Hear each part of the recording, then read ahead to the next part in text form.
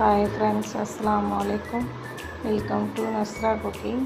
இப்போ என்ன பார்க்க போகிறோம்னா, முருங்கைக்கீரையும் பன்னீரும் வச்சு ஒரு டிஃப்ரெண்ட்டான ரெசிபி எப்படி செய்கிறதுன்னு பார்க்கலாம் வாங்க.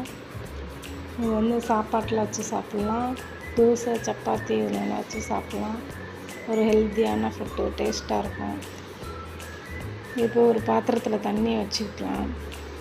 முருங்கைக்கீரையை கழுவி அதில் ஆட் பண்ணிக்கலாம்.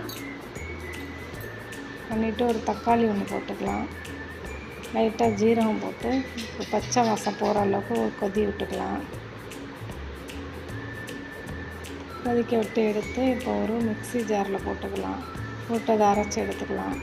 இப்போ ஒரு கடாயில் எண்ணெய் விட்டு கடுகு, கருவேப்பிலை, வெங்காயம், வரமிளகாய் இது எல்லாத்தையும் போட்டு தாளிச்சிக்கலாம்.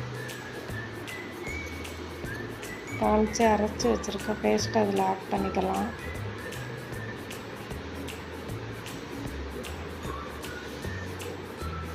இப்போ இதில் கொஞ்சமாக புளி ஆட் பண்ணிக்கலாம். இப்போ புளி ஆட் பண்ணி ஒரு பச்சை வாசம் போகிற அளவுக்கு கொதிக்க விட்டுக்கலாம்.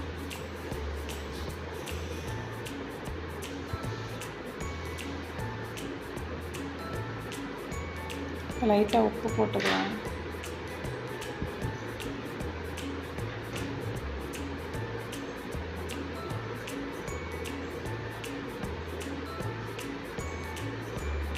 இப்போ அதில் பன்னீர் ஆட் பண்ணிக்கலாம். பன்னீர் ஆட் பண்ணி ஒரு 2 கொதி விட்டுக்கலாம்.